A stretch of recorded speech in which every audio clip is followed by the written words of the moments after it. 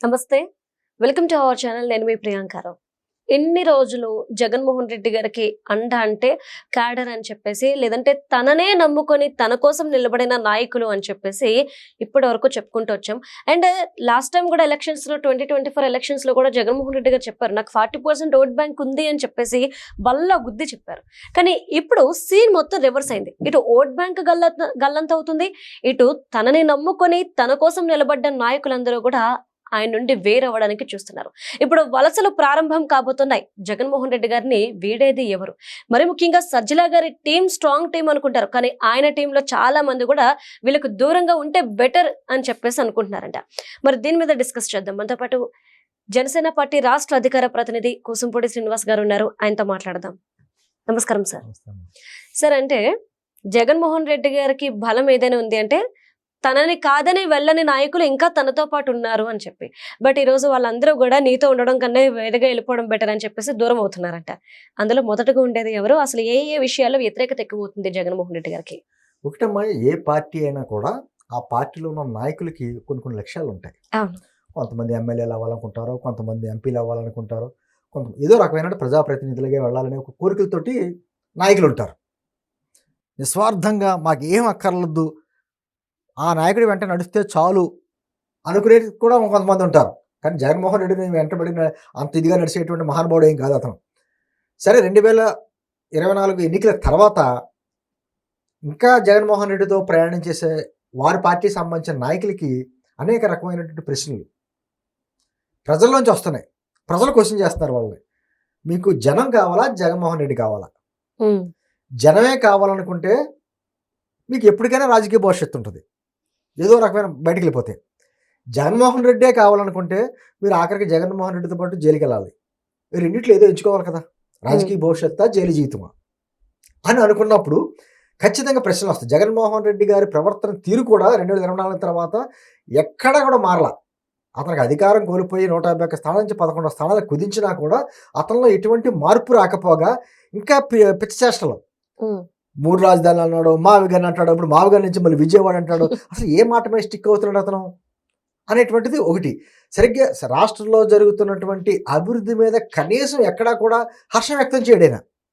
చూడండి అతని భాష. ఇప్పుడు మనం మాట్లాడితే తెల్లారలేస్తే ఏమంటున్నాం, ఆర్టిఫిషియల్ ఇంటెలిజెన్స్, డేటా సెంటర్స్, లేకపోతేనేమో సైబర్ సెక్యూరిటీ, రకరకాల టెక్నాలజీలు మాట్లాడుకుంటున్నాం మనం. Chip industry, semiconductors, energy, green energy, steel plant, Polavaram, రాజధాని, ఇటువంటివన్నీ మాట్లాడుతున్నాం. వాళ్ళే మాట్లాడుతున్నారమ్మా, రఫా నరుగుతాం, కూల్చేస్తాం, పడగొట్టేస్తాం, అంత చూస్తాం, ఇవి వాళ్ళ భాష. మరి అటువంటిప్పుడు వాళ్ళ పార్టీలో కూడా ఉండే నాయకులకి ఒక ఆత్మపరిశీలన చేసుకుంటారుగా, ఏంటి ఇటువంటి ఇదితో మనం ప్రయాణం చేస్తున్నావా అనేటువంటి ఆత్మపరిశీలన చేసుకున్నప్పుడు ఈ మధ్యకాలంలో ఏమైపోయిందంటే జగన్మోహన్ రెడ్డి గారి తీరు కొంచెం ముందుకెళ్ళిపోయి కులాల మధ్య చిచ్చు పెట్టాలి, ప్రాంతాల మధ్య చిచ్చు పెట్టాలి, మతాల మధ్య చిచ్చు పెట్టాలనేటువంటి ఆ బాడీలోకి వెళ్ళిపోయాడు ఆయన. కులాల మధ్య చిచ్చు పెట్టాలనే ఉద్దేశంతో ఆయన ఏ కులాలతో తిట్టించాలనుకుంటే ఆ కులాల నాయకుల మీద భుజాల మీద తుపాకీ పెడతాడు. పవన్ కళ్యాణ్ గారు తిట్టించాలంటే పేర్నాల్లో, లేకపోతేనేమో గుడివాడ అమర్నాథ్ను, అంబటి రాంబాబును పెట్టి వాళ్ళ భుజం మీద పెడతాడు తుపాకీ. చంద్రబాబు గారిని తిట్టించాలంటే ఏ కొడాలని భుజం మీద పెడతా ఉంటాడు. అంటే ఇటువంటి కుల రాజకీయాలు చేస్తున్నాడని చెప్పే విషయం వాళ్ళకి అర్థమవుతుంది. తర్వాత ప్రాంతాల మధ్య చిచ్చు. ఎంత ఆంధ్రప్రదేశ్ సంబంధించినటువంటి నాయకులు, వైఎస్ఆర్ కాంగ్రెస్ పార్టీ నాయకులైనా వాళ్ళకు కూడా ప్రాంతీయ అభిమానం ఉంటుంది కదా. పక్క రాష్ట్ర వ్యక్తులతో కూడా ఆంధ్రప్రదేశ్ని తిట్టిస్తా ఉంటే వాళ్ళ మనసు చీకుమందా? అదోటి.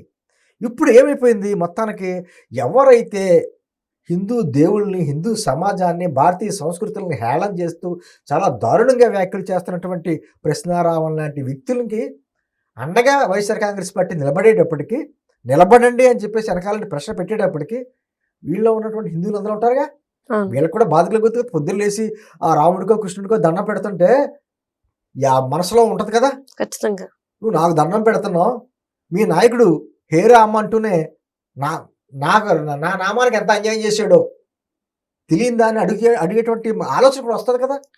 రామతీర్థంలో రాముడి తల విగ్రహం నరికేసినప్పుడు ఏమైపోయిందండి, హేరామ్ అనలేదు. అప్పుడు తిరుపతికి అంత సంబంధించిన కల్తీ జరిగితే దాని గురించి ఏమైనా మాట్లాడారు?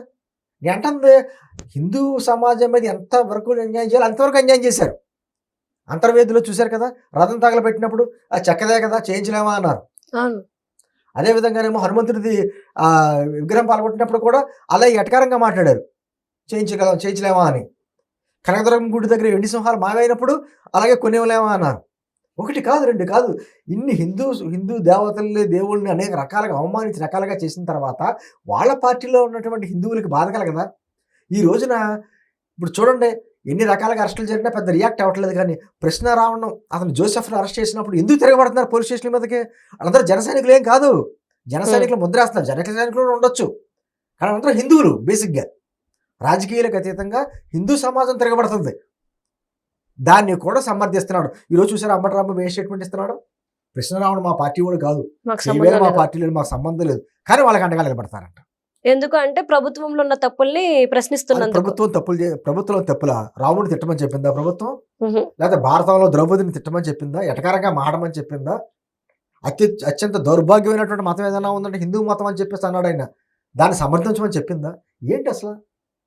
అంటే వీళ్ళకి విధి విధానాలు లేవు. నేను బేసిక్గా చెప్పదలుచుకుంది ఏంటంటే, వైఎస్ఆర్ కాంగ్రెస్ పార్టీలో నాయకులకి అధిష్టానానికి ఒక విధి విధానాలు లేవు. కేవలం కూటమి ప్రభుత్వం మీద విషయం చెమ్మడమే లక్ష్యం. అటువంటిప్పుడు ఆ పార్టీలో ఉన్న నాయకులకైనా భవిష్యత్తు ఏముంటుందమ్మా? తిరగబడరా? ఖచ్చితంగా వాళ్ళ అవకాశం ఎక్కడ వస్తే అక్కడ, అది ఏ పార్టీ అయితే ఆ పార్టీలు మారిపోతారు, లేకపోతే సైలెంట్ అయిపోతారు. కానీ ఇటువంటి వ్యక్తితో ప్రయాణం చేస్తే మాకు రాజకీయ భవిష్యత్తు మొత్తం శూన్యమే అనేటువంటి భావనలోకి వచ్చారు.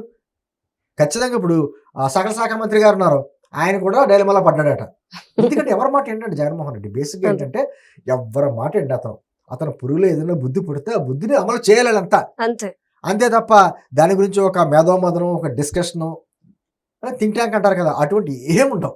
ఒక మూర్ఖంగా అతను ఏదైనా తీసుకున్న నిర్ణయానికి వీళ్ళందరూ వంత పడవలసిందే. అతను 3 రాజధానులు అంటే 3 రాళ్ళు, మావిగన్ అంటే మావిగన్ను. సగం ఈ అబద్ధాలు చెప్పలేక వెళ్ళిపోతున్నారు. అదే రాజధాని పాపం బొత్స సత్యనారాయణ గారికి చూసారా, ఆ టెన్షన్తో పాపం అనారోగ్యం కూడా పాలయ్యాడు. పాపం మండలంలో అతను ఎంత ఇబ్బంది పడ్డాడు. అవును సార్.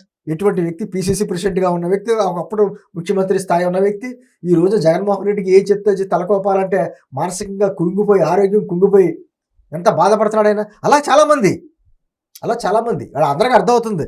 కులాల మధ్యన, మతాల మధ్యన, ప్రాంతాల మధ్యన చిచ్చు పెట్టి ఈ రోజున జగన్మోహన్ రెడ్డి లబ్ధి పొందాలని చూస్తున్నాడు. ప్రజలు అసహించుకుంటున్నారు.